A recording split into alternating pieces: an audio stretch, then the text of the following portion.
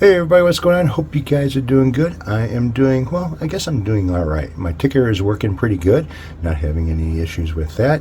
But I did take a trip to the emergency room recently. It's kind of why you haven't been seeing me on YouTube that much, is because I'm kind of taking it easy, relaxing, trying to figure out what's going on before I end up going to see a doctor for this. So my thing is that if I can't do surgery on it myself, or if I can't treat it myself, well, then I will see a doctor. I have a very high tolerance for pain. For going 2 weeks, basically having a heart attack and having pain in my right arm and shoulder until it reached my chest. It's kind of not a good thing. And the pain that I'm having in my left shoulder kind of feels like the same pain I was having in my right shoulder before I went into the hospital and found out I was having a heart attack. Now, the ticker is working good. They check things out. There is no heart problem whatsoever. And the funny thing is that, you go to the hospital because you're having a pain someplace, like my shoulder. They think, because you're a heart patient, well, they treat you for if you were having a heart attack and look at everything to make sure that you're not having one. But they don't look at the problem and say, okay, well, it's not your heart, but it's your, neck. You popped a disc or whatever in your neck, and it's causing your right shoulder to hurt. They don't say that to you. They just treat you for a heart attack, say everything's okay, and then send you home. So that was basically my case. So I'm kind of treating this myself, heating pad, ice pack, has some muscle relaxers on it, and it doesn't seem to be doing anything as far as fixing or easing up this problem. So when I sleep on my right side, because of the angle of my neck, it causes my shoulder to hurt extremely bad. If I am moving or doing certain things and my neck is tilted a certain way, my shoulder gets really, really bad. So it's been kind of a more of a pain in the ass or pain in the shoulder than anything else. So I've got to go and make an appointment for a doctor to kind of check this out, and probably see a spine doctor with this and find out if I slipped a disc again, because I've done it before in my low back. And again, having a high tolerance for pain, I went through the whole fusion surgery and everything else, and that didn't work out very well.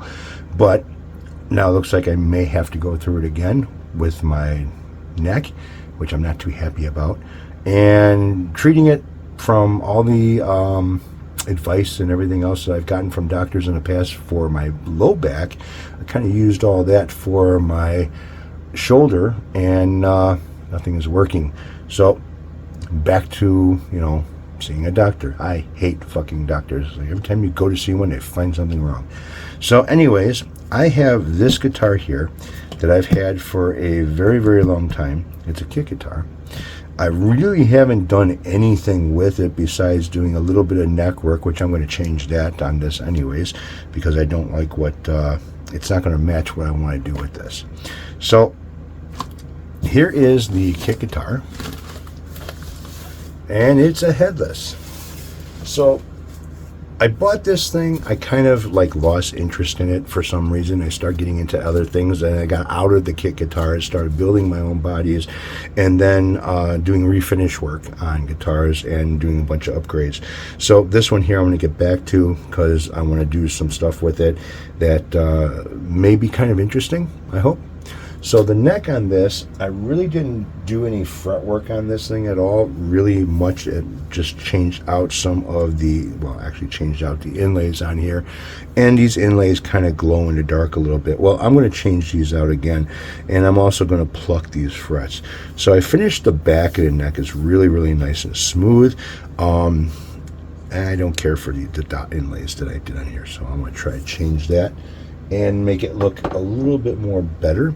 Also, the body here, it's got some binding, and you can kind of see there's glue all over the place on this thing from gluing in the binding, which I'm going to have to sand out. And then I don't know what some of this paste is over here. I don't know if that's some type of wood grain filler or what, but the body is a somewhat nice body. It's 3 pieces of wood here. It's got a nice little belly cut over here. It's not dented or, you know, chipped out or anything. I do want to replace this binding though, if I can't get it to whiten out more than what it is, by sanding it smooth when I do the edges on the guitar. But the biggest problem is with this trim that they put on here, since this is a headless, you know, all your tuning keys and everything are on this, which this is also kind of like a, I wouldn't say a Floyd Rose trim, but it is a trim, sort of say. So there's a spring that goes in here. I have that over here. There's also a cup that goes inside, that goes up against the adjustment over here to adjust the spring. There is also a nice little, I get over this and then put this on here. You can lock this trim too, so it's basically, you know, stabilized to where it doesn't really do nothing. But the issue that I'm having with this body is this does not fit. So whoever did the routing on this did a couple of things. This here, you see it rocks back and forth. Also, it teeter-totters from side to side. There is a hump inside of here that needs to be cut out. Also, this does not look like it is sitting flat. There's probably a, let's see here. Let's go with 8s.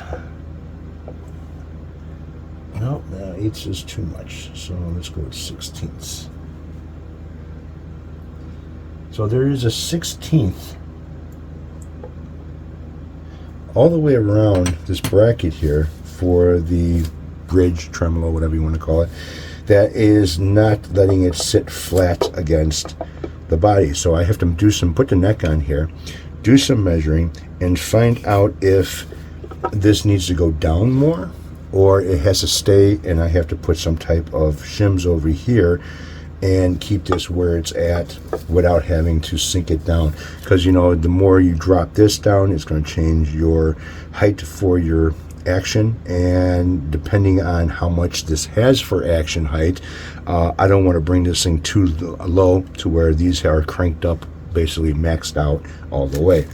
So as you can see, there's really not much as far as parts in this thing, because I threw away everything that I didn't want for this kit, keeping the trim, the cover plate for the back plate for the neck, and then the cover plates for the body itself. So I got a cover plate that is for the control area, and then I have the gasket that they call a gasket or whatever that goes between the neck plate and the back of the guitar. Trim, springs, some screws, and that's about it. Everything else is pretty much empty. I threw it all away because it ain't worth the shit. I'm going to end up replacing everything that's came with this kit, so it'll be a better guitar than what it started out to be. I also have to reroute the pickup cavities. I have the templates for that.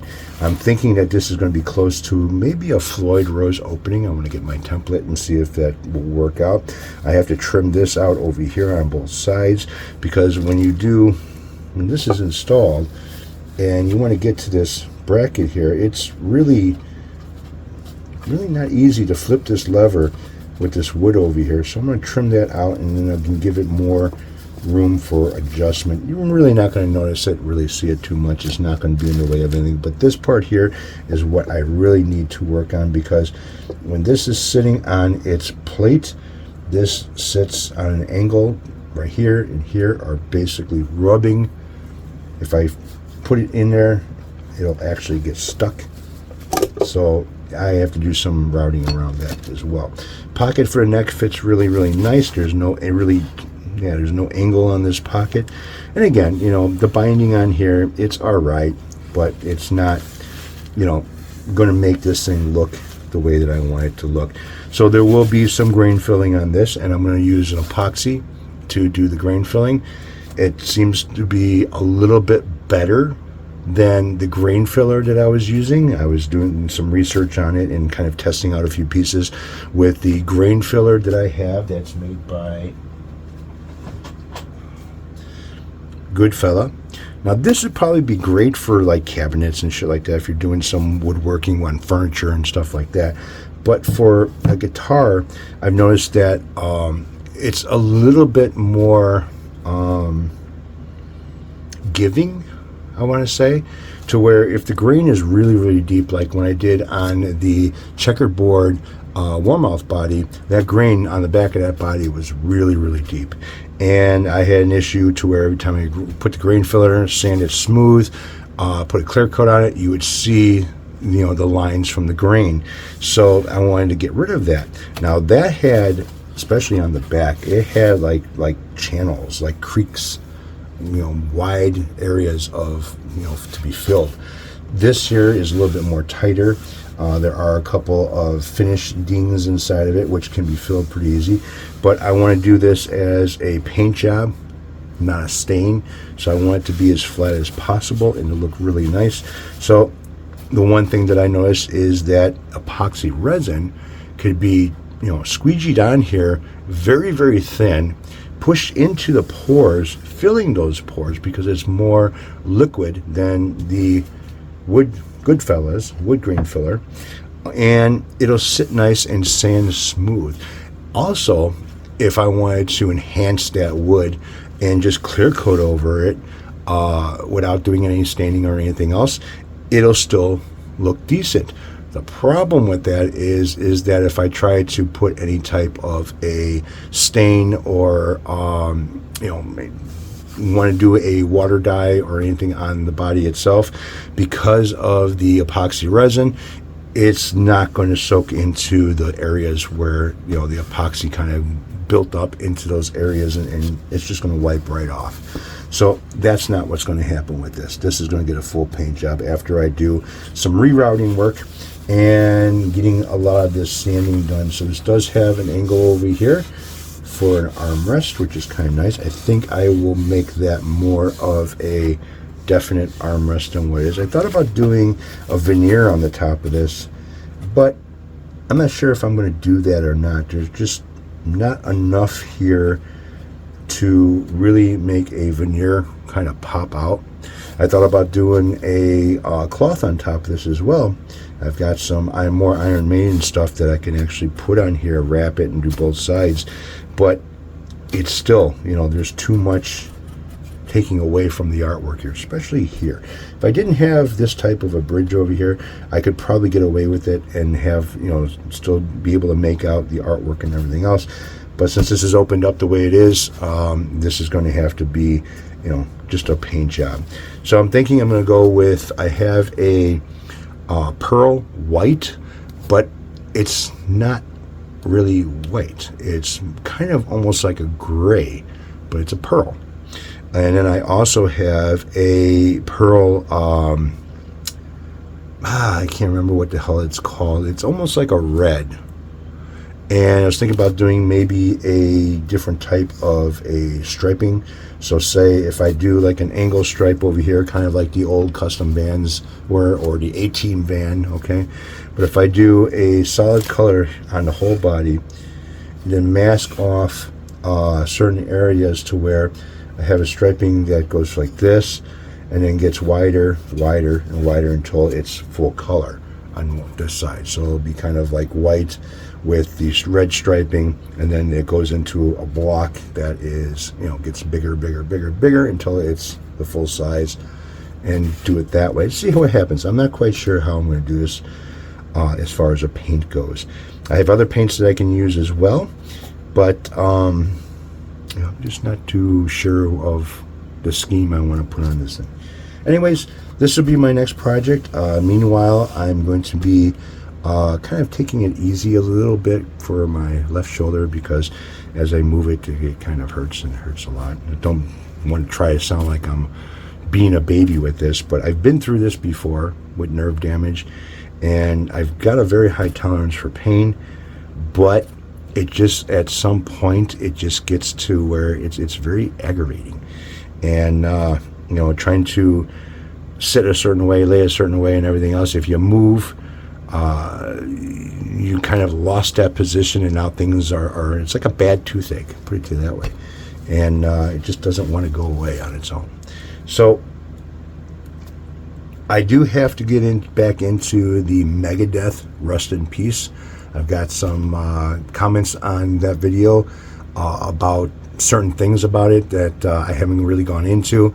That's why I haven't been, like, especially with the Ozzy Osbourne. The Ozzy Osbourne guitar, tribute guitar, is complete. I did a short about it, and I really didn't do any playing on it because of my shoulder and my arm is hurting me, so it makes it very difficult to do that.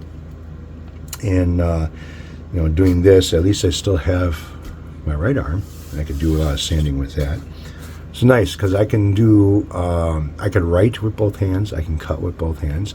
My handwriting on a chalkboard, or if I'm doing something on a wall, my handwriting is a lot better on my right hand, and I'm left-handed. So, I don't know. You tell me. Anyways, you guys, take it easy. Have a good one. I wasted most of your time, at least 15 minutes of it. And be looking for this, because after I fix this, I'll be doing some more of this.